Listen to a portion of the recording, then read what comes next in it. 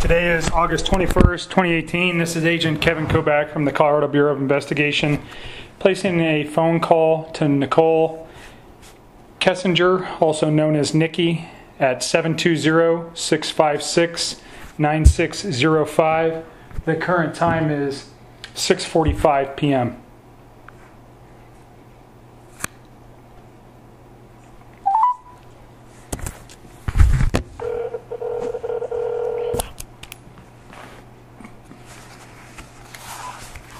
Hello? Hi, Nikki. It's Kevin. Hi, Kevin. How are you? I'm okay. All right. I'm running a recorder, so you know. Okay. I just want you to introduce yourself again for the tape recorder. Just say your legal name for me, and then we'll get started. Okay. Okay. It's Nichole Lee Kessinger. And your birthday, Nichole? July 3rd, 1988. And you go by Nikki, correct? Yes, sir. Okay. Alrighty. So you texted me this morning. We had a brief conversation regarding some new information that you remembered from just reflecting on what's been going on with this case. So you want to start with that? So did you write some things down?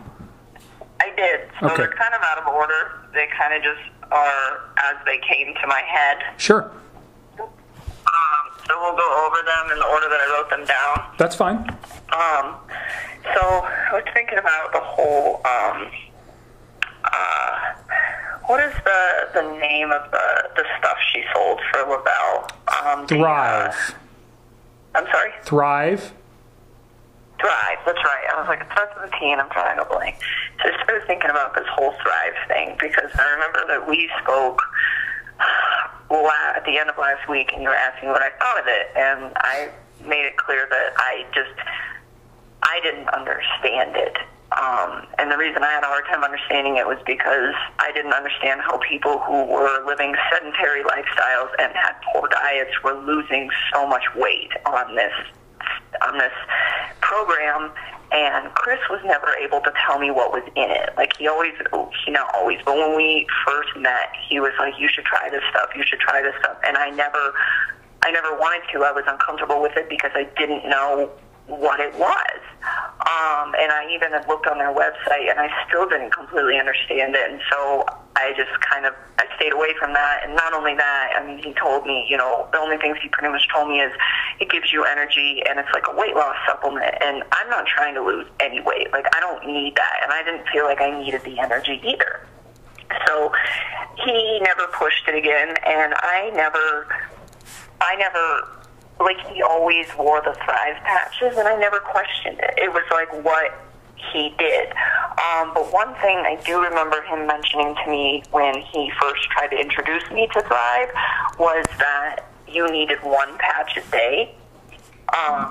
And when he would hang out with me, he always wore two.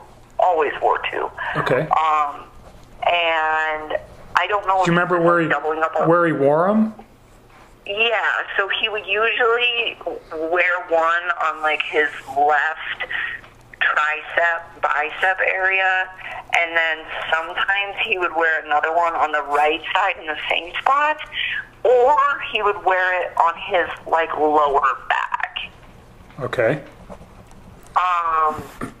But he always had two, and I remember thinking, like, I thought you only needed one of these. Why are you using two? And I never questioned it, because for me, I mean, like, I never questioned him about it, because to me, I just felt like since I wasn't involved with that program and I didn't want to be involved, it wasn't really my position to question him. Sure. And now I know that there's also supplements that go with it. There's like a pill and like a morning shaker. There's like a lot of stuff that goes with it, but there's like a daily routine of like 3 or 4 items that you are supposed to take. Now, was he doubling up on those other items? I am not sure. Was he following? Do you know if he was following the complete routine? As far as I know, he was following it, and he had told me that is why he lost a bunch of weight. He said that the reason he lost so much weight was all because of Thrive. And then he said that at some point a few months ago, he had started getting stagnant with the weight loss. And so so that is when he decided that he was going to start working out again. And that's when he decided he wanted to start eating healthy as well, because he was realizing that he'd like plateaued and he still wanted to continue with his fitness.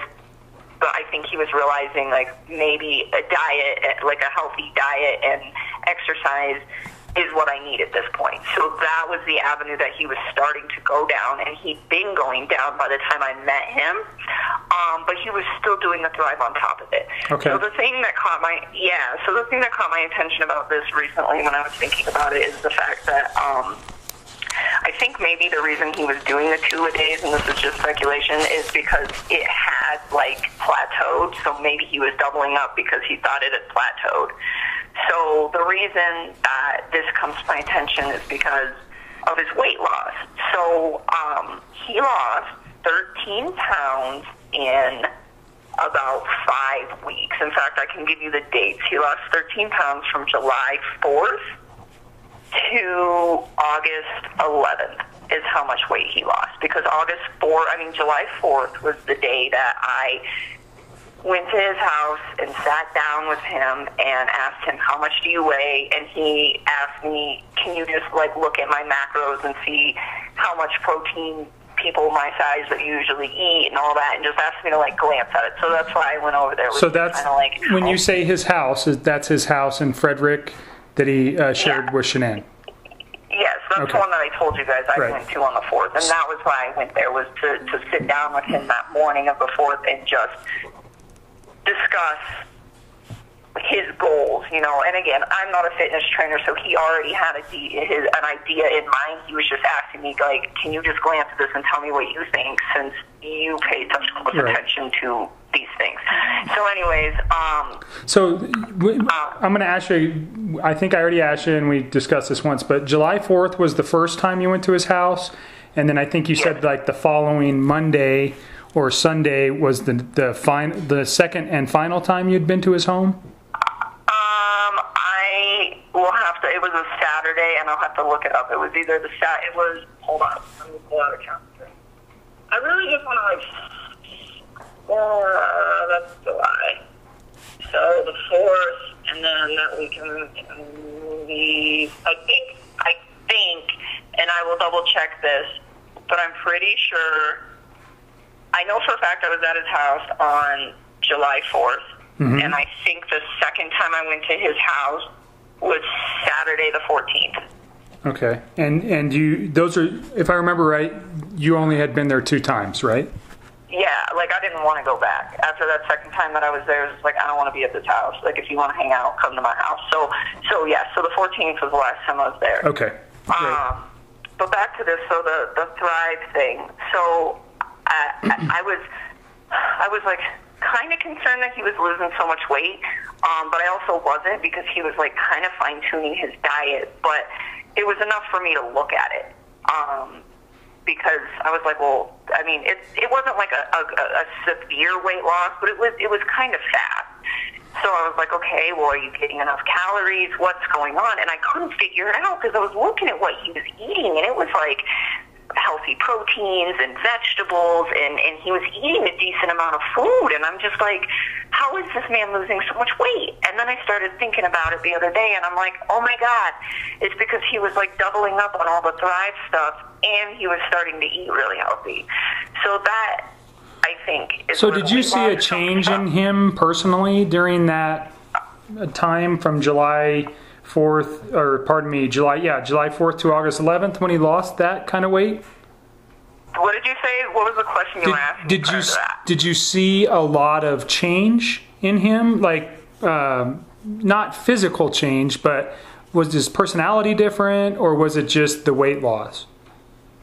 No, it was just the weight loss. Like, okay. I didn't think he was any different. But this is the one thing that I wanted to point out to you guys, was that he was always this way. I just want to state that right now. Like, this was not something that started at any certain point. But from the first time that we started hanging out, he always had a ridiculous amount of energy. And it wasn't that he was like super high strung and bouncing off the walls. It was that he could stay up. He like didn't need to sleep. And he was always that way. Like, when we would hang out, oh my God, I would try to get him to go to bed at like 10 o'clock every night. I'm like, if you're going to stay here, you need to go to bed at like 10 because I have to get up and go to work in the morning, and so do you. And he would keep me up like every night. And we usually, I would say, I mean, it kind of fluctuated, but typically I would say that we went to bed somewhere, when he stayed the night at my house on those nights, somewhere between 11 o'clock and midnight every night. And it used to bug me because it was like, I was so tired. What time did you wake? Go to bed. What time did you usually wake up? It kind of depended on the day and what I had going on at work, but I would say in between 4:30 and 5 is like a pretty accurate assumption of when I'm supposed to get up for work. Okay. All right. So, I mean, and then so what I would do is I would go to work all day, and then when I would get off work, I would sleep. I would go home and nap, and my naps varied in time. Sometimes it was a half an hour, sometimes it was like an hour and a half. It was like whatever my body needed. And then I would get up, and I would go to the gym, and then after I got back from the gym, he would come over my house, and it would be the same thing where it was like he would keep me up. And I will tell you, without those naps, there's no way I would have been able to keep up with him. No way. And then another thing about that too, and he was always like that, always. And it used to, I could tell like his body wanted to sleep, but like his mind couldn't sleep. And the reason that I say that is because he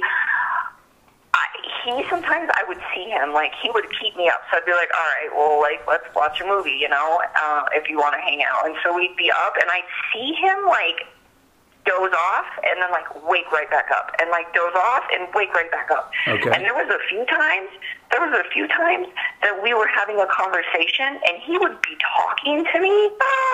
Kevin, he would, like, fall asleep mid-sentence and wake up, like, snap. Yeah, and he would, like, snap out of it, like, 5 or 10 seconds later and keep talking right where he left off. That's weird. Yeah, it always, like, blew my mind. I was like, this guy must really like me if he is, like, avoiding sleep to be with me. And it was like, I couldn't do it. Like, I napped probably almost every single day after I hung out with him. Right. Okay. Honestly, it was like he was on speed. So you think the Thrive thing contributed to that, or at least his own drive for losing weight and getting in shape, and maybe his attraction to you drove him, because you're pretty physically fit and he was kind of motivated by that. I think I remember you saying that earlier, that you were trying to help him get in better shape. Well, and I mean, he was already in good physical shape, and he was already taking care of his health and his diet in the gym. I just think he was like, hey, since you're already in this live a healthy lifestyle, would you be willing to just give me some input? Maybe I can fine-tune it. But do you think that was some of the motivation for him to stay awake long hours and, use maybe multiple patches of Thrive to try to impress you, for lack of better terms? No, I think it was the Thrive, and I think his body wanted to sleep. I think it really wanted to sleep. I think he legitimately was trying to lose weight, and I think that's what was keeping him up. Cool. Because at the end of the day, like, I wanted to sleep, but he just was, like, really restless and didn't seem like he wanted to. But he always seemed, like, really respectful of my wishes, so you would think that he would be on board with that. But it was almost like he, like, couldn't calm his brain, you know? And like I said, he wasn't acting high energy. He just, like, wouldn't sleep. And I almost think that's what it was. It was almost restless, where it's like, hey, I can't turn off at the end of the night. Stay up with me. And he never said that, but that was kind of the impression that I got. Okay. And so, and again, the double Thrive patches, I mean, maybe, but I don't really think he was trying to impress me. I mean, he told me, like, I had plateaued on this stuff. So I think maybe he was like, well, what if I double dip? Mm-hmm. So right, so he's trying to get over it. I get it. Okay. Yeah, so I don't think that was a motivated thing for him. I think that was, because he was already working on the Thrive thing, and like I said, in his fitness, he was doing all that prior to me being in his life. Okay. So, and I don't know if he was double patching before I met him. He double patched the whole time I knew him. So I don't know if like that occurred once I came into his life, or if he had already started doing that once he plateaued. I never asked. Okay. I just found that really interesting, so I just wanted to bring that up. Yeah, and I appreciate it. And that's the kind of things that I want, when we talked prior, just to get you to recall things that didn't seem out of place then, but when you reflect back may have seemed out of place now with what you know. So what's next? I mean, it was scary to me. Like, it was scary that he lost that much weight on that stuff, but I guess a lot of people do, and I keep thinking about it. I'm like, it almost seems like it's a drug. If you look at any diet, though, I mean, I'm not a fitness guy, but if you read about Atkins or any of these other diets, people lose excessive amounts of weights in short periods of time. So, yeah, but whatever. I think it's interesting that this Thrive played a part in it. And quite frankly, I am going to get one of these patches to try to figure out what it is. So we'll figure that out at some point. So what's next on your list? Let's see. Okay. So this is Saturday. So this Saturday would have been... This is Saturday, the 11th of August. Okay. Was that the 11th? Yep. Okay. This is the night that we attempted to go to the Lazy Dog on 120th and Federal, and we walked in, and I looked at their menu. They tried to feed us, and I looked at their menu, and I was like, I'm not eating here. Right. And because, so we went to the other Lazy Dog, which is actually owned by somebody else, so they have a different menu. So we went to the Lazy Dog off of, I think it's the 144th that I told you guys, and we sat down and we ate. And it's on Highway 7, right? What's up? Is it on Highway 7? I don't think so. It's on I-25 and 144th. Okay. I mean, I can look it up. No, that's okay. Screenshot it. I think there's two of them, and I think there was some confusion. One of our guys went, and I just want to make sure he went to the right one. I don't know the Lazy Dog, but I'll ask him tomorrow. 144th is right by Highway 7. Okay. Well, I don't know that. I don't know. Yeah. I had never been to that one, so I think it's 144th. It might be 136th. I will look it up tonight, and I will screenshot you the address, and I will send it so that you guys, if you guys need to pull those videos, you can find it. But one thing that I noticed about this is that, so normally when we went out, I try to keep things pretty cheap just to be respectful. I never went to expensive places or anything, and sometimes I would pay for things, sometimes he would, but when he paid, he would always use these Anadarko gift cards, these little gray gift cards, and they were always $25 or $50, and they always came in denominational increments that made sense. And he told me that he got these from Anadarko as rewards for doing really good stuff at work. And is that true? I don't know. I don't know if, I know that him and his wife had a lot of financial issues, so I don't know if maybe he's the one who actually wanted to spend all the money, and maybe he was cashing his paycheck in via gift cards so that his wife couldn't track it. I don't know. I don't know. But I think it's something you guys will need to confirm with So were they Anadarko. actually in the name of Anadarko? Do you remember, or did he just tell you that they were gift cards? No. I've seen them. They say Anadarko on them. They're little dark silver, credit cards, but they're gift cards. So you're just suspicious that potentially he was hiding money from his wife with these gift cards? Honestly, no. I think Anadarko legitimately gave him these. The oil industry is pretty good about when our operators do things that are safe, or they do a really good job at something.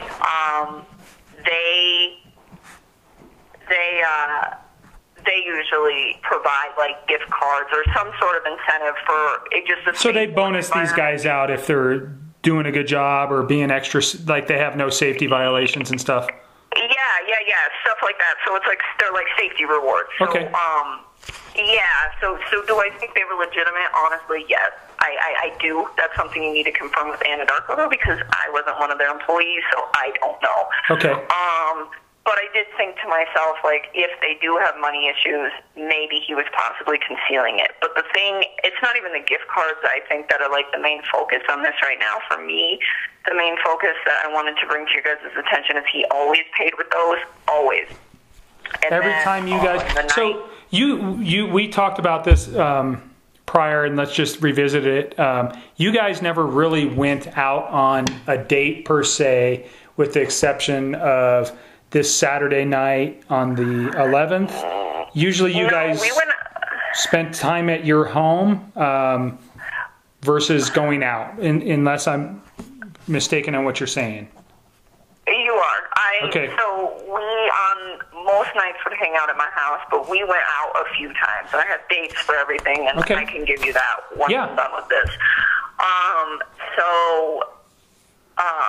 The reason that this caught my attention was not because of the gift cards, it was the lack of the gift cards. So when we went out to dinner, he went to pay the check, and I noticed that instead of using one of the Anadarko gift cards, he had a baby blue credit card in his hand that he used to pay. Okay. And I just remember thinking to myself, like, why isn't he using any of those gift cards? I'm pretty sure he still has a balance on one of those, but I couldn't remember. And then I was like, maybe, because, you know, at this point, he had made it clear to me that they were, like, filing for divorce. Like, it was, like, done. So I was like, well, maybe he just doesn't really care anymore, you know? But then another part of me was like, but technically, they're still together, so why would he do that? And, like, I didn't ask because, like, he had made it sound like by that Saturday that they were so far removed from each other that I was like, it's plausible that now he's just not, like, has nothing to cover up, you know? But then at the same time, I still feel like until your divorce is 100% completely final and you're out of that house, why would you do that? Sure. I mean, so again, I didn't. So you just found it was a little bit suspicious that he used a credit card versus the gift card. It was like he had nothing to hide, right, or nothing to lose. He was just like, yeah, I'm going to pay with this, right, and I don't care. Okay. So, and that would certainly be, if it was a credit card, just thinking, would be something that maybe his wife would see at some point, and he would have to then have to explain that. So in your mind, he's like, oh, well, we're divorced, or I don't care anymore. She's going to find out that I have a girlfriend. I don't really know what he was thinking. I mean, I can't think for that man. I mean, I can't even process half the shit he's done or the lies he's told at this point, so I don't know. I just think that was extremely peculiar because he had never done that before, and it didn't seem like a big deal to him. All right. I get where you're going. So it kind of made you think that he didn't have anything to hide anymore. No, not at all. And again, you know, I mean, there was other parts of our relationship where it's like he talked to me on the phone pretty freely, like all the time, you know. So for me, like it never really seemed like on the phone like he had to hide anything at all. And that's why, you know, when he's telling me, yeah, we're getting separated, yeah, I'm sleeping in the basement, like it didn't even like occur to me like maybe this isn't happening because it was like he was so liberal about his communication with me, even if they were in the same house together at the same time. And so for me, I was like, all right, well, maybe she's upstairs, he's downstairs, they're separated. It doesn't really matter if he makes a phone call.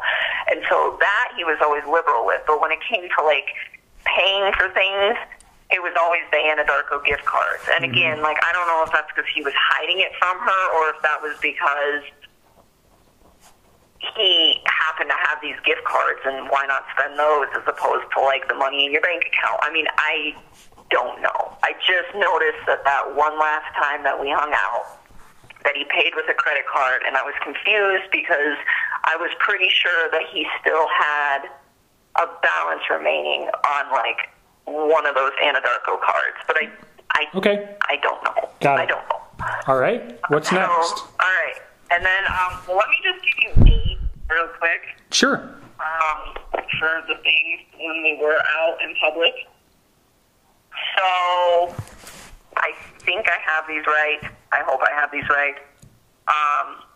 But on Sunday, I think it was Sunday. I think it was Sunday the 5th. I think. July 5th? Yeah, that's what I meant. I'm sorry. I'm glad that you're paying attention to this. Yeah. So I think July, I'm going to start at the beginning. Okay. So I went out of town for my birthday. I came home on July 3rd, which is the night of my birthday. On the 4th of July, I went over his house in the morning and helped him with his meal plan thing. And then after that, I went to the 4th of July Rockies game with one of my friends. And then on the 5th, I think it was the 5th, I don't remember, we went to go see a movie. And we went to the movie theater that is up by that lazy dog, I think, on 144th and I-25. What movie did you see? That new Jurassic Park movie. I don't know what it's called. Okay. And I remember we got there, and the first showing was sold out, I think.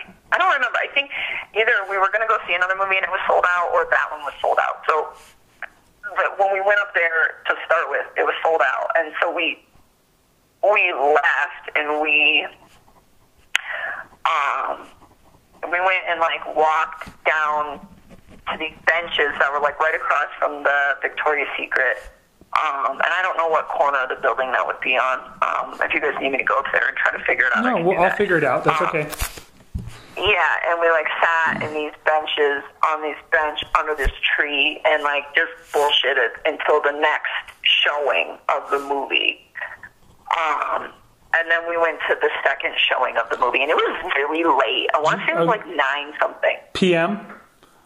Yeah, it was late. 5th. And I want to say I don't even want to say it's Sunday because I feel like it was not Sunday. I don't think it was my birthday though.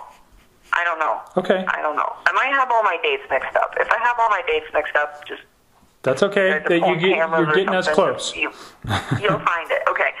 So then, let me go back to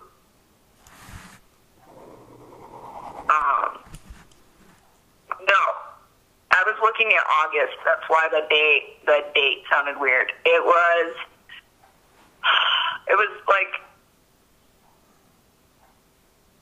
either the 6th of July or the 7th of July.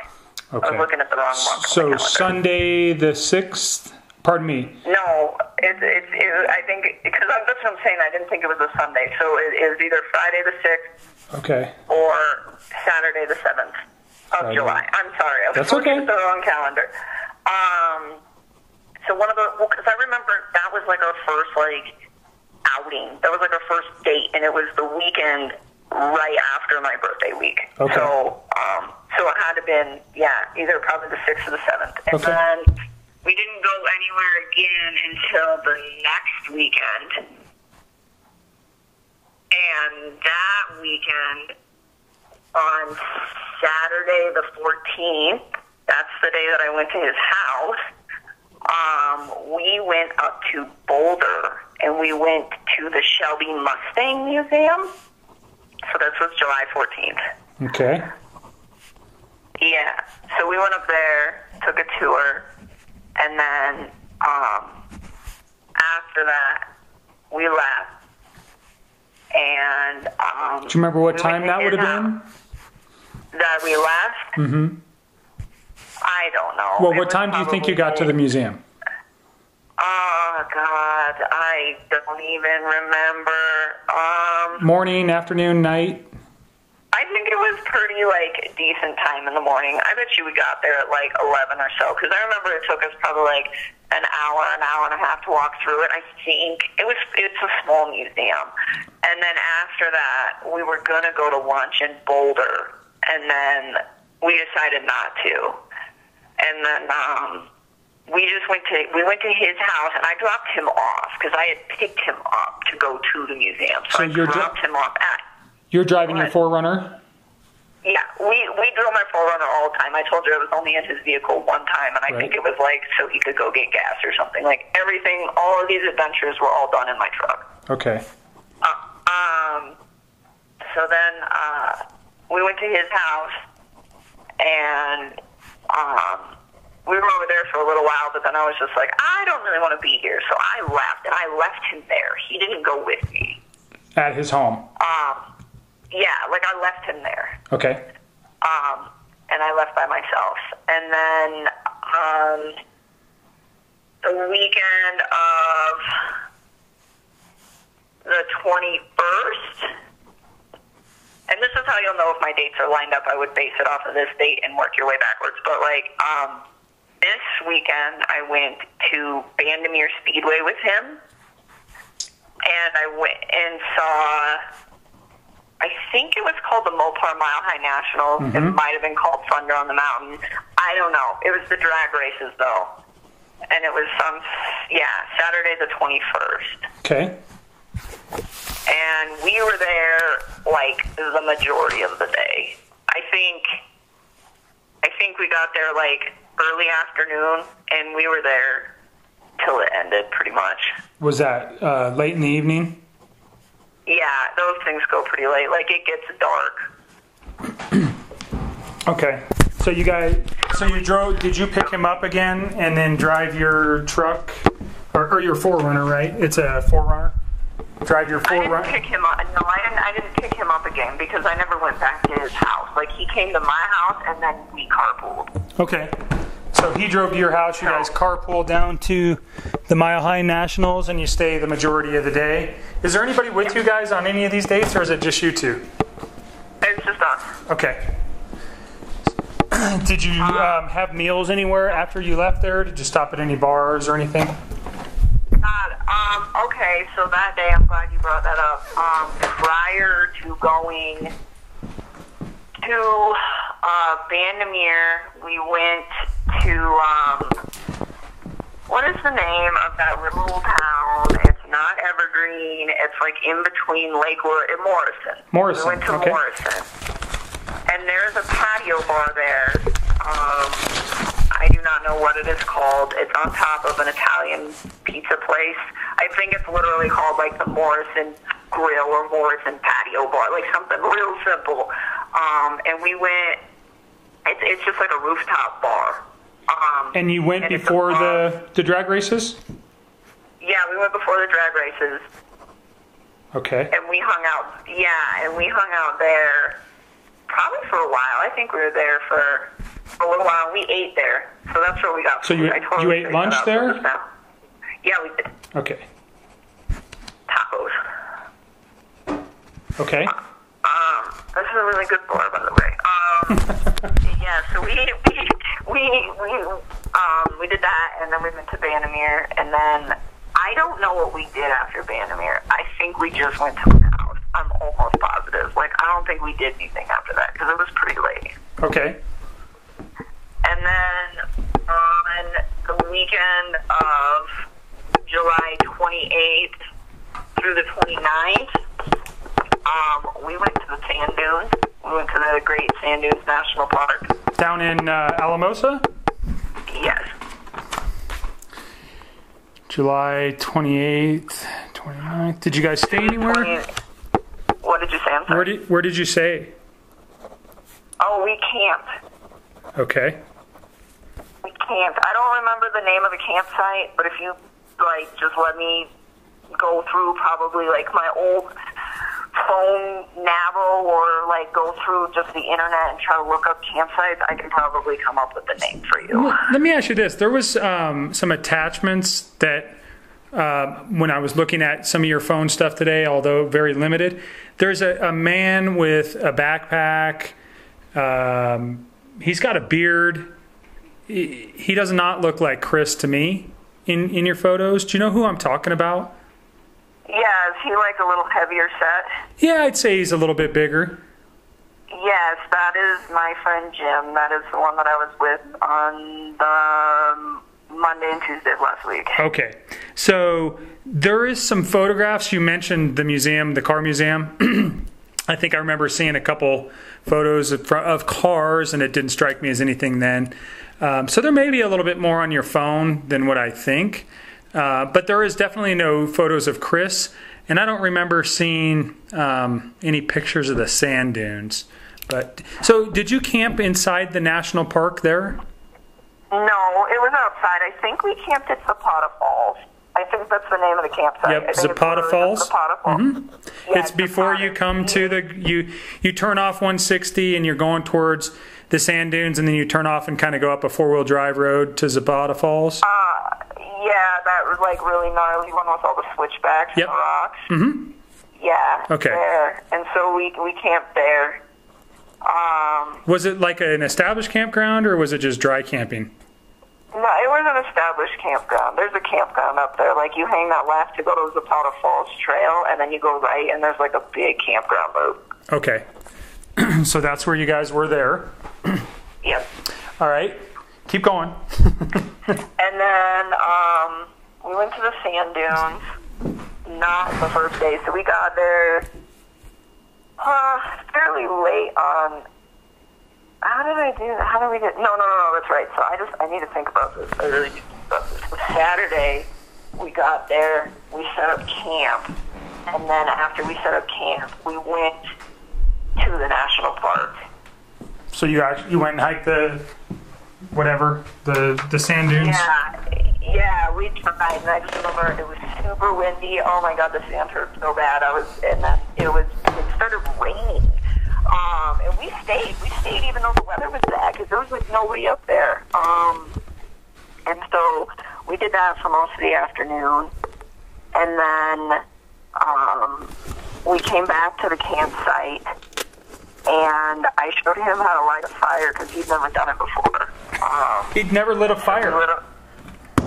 No, he's never been camping before. He told me he'd never been camping before, and I was like, well, if you want to go, I'm trying to go to the sand dunes, so that's why we went, because he said he'd never done it. Okay. So did you guys visit any, there's not really very much stuff around there. There's no restaurants or anything in that area? No. So we did stop at I think it's called like the Oasis or something. It's like this little, it's like on the way to the dunes. It's not in the park, but it's like on that road that you take to get to the dunes. And it's almost like a little gas station. And we stopped there and we rented a sandboard to go sandboarding on. And I think we got more ice for the cooler, and we got firewood. So it's like a gas station? Kind of, but it's like the one-stop shop that everybody goes to, because there's like nothing else around there. Right. Like I'm almost positive it's called the Oasis, and they actually have their own campground back there too. But okay, it's like I know on that road. Mm-hmm. It's right before you get to the entrance to the park. Yep.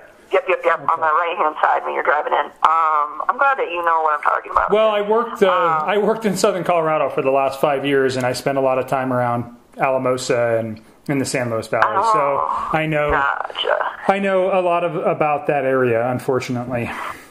So I know what you're talking about. That's good. That helps me. So you got ice and firewood. Yeah, and I'm not sure if we got ice. I think we did, just because I like to re-up on ice every time I go camping. Who paid for it? He did. Okay, did you think he used the debit or the gift card again? Probably, because that was the plan in the first place. He was just like, well, hey, I've got these gift cards. If you want to use them, you don't even have to spend any money, and we can just use these. And I was like, well, that's great. So I remember for the trip, I filled up my gas tank, and I paid for gas, and I bought a little bit of groceries for the cooler. And then he took care of, like, the campsite and the board and the firewood and all of that. Okay. Like, I didn't actually go into that Oasis place, I don't think. I'm almost positive I didn't go in there. He did. I got in line for the board.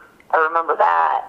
But their like little board rental shop is like outside of the building. Okay. So he went inside because he went and got firewood. And then we went to the dunes. I'm just looking at your dates, so you know you're right. The Bandimere Speedway, the Mile High Nationals was July 21st. Yeah, So, that's what I was going to say. yep. Get online and see if that matches. Yep, it does. Okay, so we're then good. all those other dates should be good. The only one that I'm not 100% sure about is the movie. It was that weekend, that movie on the 6th and the 7th. It was that weekend. I just don't remember what day of the weekend. I don't think it was a Sunday, though. I really think it was a Friday or a Saturday. Like, I'm almost positive I didn't have to work in the morning. All right. So what's after the Great Sand Dunes? Okay, so we went to the dunes, and then we went and returned the board, and then we went back to the campsite, and we lit a fire, and we ate, and we just hung out by the fire for a few hours and just visited, and then it started raining really hard. So we put everything in the tent and put out the fire, and we went in the tent, and I remember he was, like, wide awake, and I was so tired, like, oh my God, I wanted to sleep so bad, and he just, like, would not sleep, and it was kind of bugging me. Like, I would like almost like wake up and like half subconsciously like have a conversation with him for a sec, and then like doze back off. And I just remember being so tired, and he was up probably for a while. Okay. And then so you guys come back to the Denver metro area on Sunday? Kind of. Yeah, but we went, one of my friends wanted us to go to the Renaissance Festival, and she didn't know who I was with, but she was just like, the Renaissance Festival in Colorado Springs, and she was like, oh, you should stop by, and I made up an excuse to not go over there. I just told her, I was like, yeah, I don't really know, and I, like, kind of got out of it because I didn't want her to meet him. I got it. What friend was that? Charlotte. Okay. So did Charlotte ever meet Chris? No, none of my friends ever met him. Okay. And then on the way back up, we stopped in Colorado Springs to eat, and we stopped at a restaurant called BJ's. On Nevada and I-25? Honestly, I don't know. I mean, I just remember... Right by the University of Colorado, there's a bunch of buildings, and it's a big strip center. There's like a Costco. Oh, wait, I think I remember the Costco. Because don't you kind of have to, like from the highway, you can, like, see... Yep. Not the highway, but that main road, you can, like, see the Costco, and then you have to kind of, like, turn in and around into that shopping center. Mm-hmm. Yeah, that's the one. Okay. BJ's, it's more like a brew house, I guess, kind of. Yes, and it's like really nice. That place, it's just like a nice restaurant. I mean, not like nice, but it's just like it's a decent place. So that would have been. It's a big place. That's what I was looking for. It's a big restaurant. Sunday, July 29th. That what day would that have been? Sunday, July 29th. Yeah, it was Sunday, July 29th, and if you walk in the restaurant, so picture walking in, and the front doors are behind you, we were sat to the right on the, like, first level, like, there's like, a few different levels, so we were sat on the right side, and then in the right side, we were on the, like, left portion of the section on the right side. Like, there's these little, like, single-seater booths. They're really small. Okay. So almost, like, in the center of the restaurant, almost, but just, like, kind of on the right section of the main floor. Okay. Okay, so did he again pay with a gift card at that time? Yes. Okay. All right. And then we went home. Okay. Did you see him the following weekend? No, because he was out of town. Okay. Do you know where he went? He went to North Carolina. Do you remember the dates? No,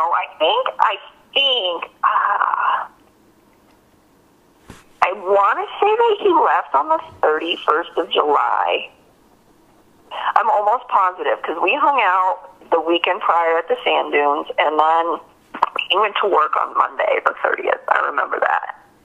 And then I think he left on Tuesday, the 31st of July. I think. And I don't remember when he got home. Okay. Next time you guys go out? Was that Saturday. The 11th. And you guys... And that was... The lazy Yeah, dog. the story... Yeah. Okay. So we got that all down. What's next on your list? Sorry, I forgot about all of that stuff, and then I didn't... That's all right. So we ran through something that the first time we talked, you were really tired. The second time you were overly stressed, and you had thought of some very important stuff that you wanted to talk about. So it's fine. And I don't mind talking to you as many times as I have to talk to you to get everything down that could at some point be very important. It's fine. Understood. So just don't worry about that. My job is to talk to you and make sure that this stuff is, placed in a report so it's there forever. So it's fine. Again, I just keep telling you every time. When you remember things, just call me and we'll get it down. All right? Okay, yeah, and I hope you guys pull cameras and all that, because, I'm trying to help you. I'm really, honestly disappointed that you guys don't have all my text messages, or don't think that you do. It makes me sad. I want you guys to have them. You need them, and it's frustrating to me, but it's I'll just tell you everything I know, and we'll go from there. That's right. Hold on.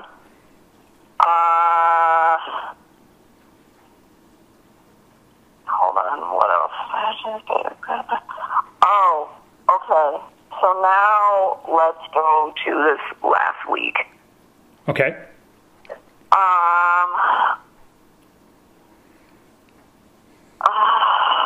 see. Okay. So Monday. I think probably the most important conversation that I had with him after all of that took place was that first phone conversation on Monday night, the later one. Remember I told you were telling me there's two big ones? Right. And the first one was the one where he mentioned the sheets, the smelly sheets with his kids, and that was also the one where he was telling me he was going to go get his wife's wedding ring appraised. That same conversation, I don't remember exactly how he phrased this. I don't remember what led to this, but he told me something about he mentioned that he had told, I don't know what he said. He said something about the separation and how she was okay with the fact that he wanted a separation, or that something like that. And I remember thinking to myself, wait a minute, what? Oh God, I'm drawing a blank. Here's the deal: is he had been telling me the whole time that I was spending time with him that he was getting separated, and he kept saying that he was the one who initially initiated the separation, and then that it was more of a mutual thing. He said that he was the one who had initially brought it up, okay, before we had met, and then she was on board with it, where she was just I'm not happy either, let's do this. And then I remember telling you guys that when he was going to go to North Carolina, I kind of backed away from the situation, and I was hey, I think you should try to fix things with her, because you have a really beautiful life with her, and I think you should try to fix stuff. And he kept telling me I don't want to, I don't think she wants to, and I was just please try, just please try. I just thought he had such a beautiful life, and I was willing to just leave his life. I was if you work things out with your wife, I'm gone. And and that's fine, and he'd always be well, what about us? And I'd be don't worry about us. Try to fix stuff with her. And he said, okay, I will. And then when he went to North Carolina, he told me that he sat down and had a conversation with her, and that he told her that he wanted to fix it. That is what he said to me. He told her that he wanted to fix it, and she said no, that she still wanted the separation, and that she was ready to file for divorce. So I was under the impression when he got home from North Carolina that the divorce was filed. That was what I was under the impression. And so then on Monday, when we were on that one phone call where he was just saying all sorts of weird stuff, he again, I don't remember exactly what was said, but it was something along the lines of she was okay with the fact that I wanted the separation. Right. And then I remember asking him, I was like, wait a minute, when you were in North Carolina, you told me that you tried to fix it with her, and she was the one who said that she didn't want to fix it. Okay. And he's like, no, and then he goes, no, I just told her that I still wanted, to continue with the separation. And I'm just thinking in my head, he lied to me. God, he fucking lied to me. He lied so much. Okay. So that just struck you as another lie? Yeah, so that one I don't, and then now I'm seeing the news where he's telling everybody that he separated from her that he said he told her he wanted a separation on the Monday that she went missing. And I'm just thinking in my head, he told me that he had already had that conversation with her before I was even in his life. Well, and so not to cause you any more stress, but so when you're talking to him on Monday, this is Monday, right? This isn't Sunday. This is Monday. No, this is Monday. So this is after the event. This is after the murders. Yes. He is telling you that she mentioned that it was she was okay with the separation, although now that that wasn't accurate with those. That was something different than he had previously told you, and certainly she couldn't have been really saying anything, unfortunately. So, I mean, he's making up stories after his wife is deceased. Is that a fair statement? Well, is that I'm kind of trying to follow where you're going. I don't honestly. It just struck me as odd because I don't know if he was talking about the conversation they had that day or if he was talking about North Carolina. But either way, it just struck you as weird. A lie. It struck me weird because he said that he was the one that was pushing for it now, and I was just thinking in the back of my head, he made it sound like when I first got into his life that he was the one who had brought up the separation, but that she was super gung-ho about it. He made it sound like she was all on board with it. And then when they were in North Carolina, he's the one who said that he tried to fix it and she didn't want anything to do with it. So it was weird to me when he was saying that he was the one that initiated the separation, because I'm like, wait a minute, and I think it was weird to me because I think he was referring to either whatever happened on Monday morning or he was referring to whatever happened in North Carolina. And I was just really confused because I was like, well, at that point, I thought she was the one pushing you away, not you pushing her. Gotcha. Okay. All right. So I don't, it's just a lie. I mean, honestly, I don't know if it has any significance, but it was just a lie that I caught him in. I think everything he told me was a lie, but it was a lie on top of, it's a lie that contradicted the previous lies that he had told me. I understand. What's next on your list? Let me see. Okay, so then in that same exact conversation, two more things happened. Okay. One, I was asking him about his daughter's EpiPen because I know that Cece has that tree nut allergy. Okay. And I was like, I don't remember word for word, but it was something along the lines of she didn't take your daughter's EpiPen, and he was like, no, and I was like, well, aren't you a little worried? Because I was trying to do my own reconnaissance, and I was like, aren't you worried about that? And he's like, well, we have a stash of them in the basement or something like that, and he's like, she probably just took one of those. And I just thought it was weird because several weeks earlier he had told me how expensive EpiPens were. So I'm like, if they're not expensive, how do you have a stash? You don't have a stash. Nobody can afford a stash of EpiPens. Right, they're very expensive. So I almost was like,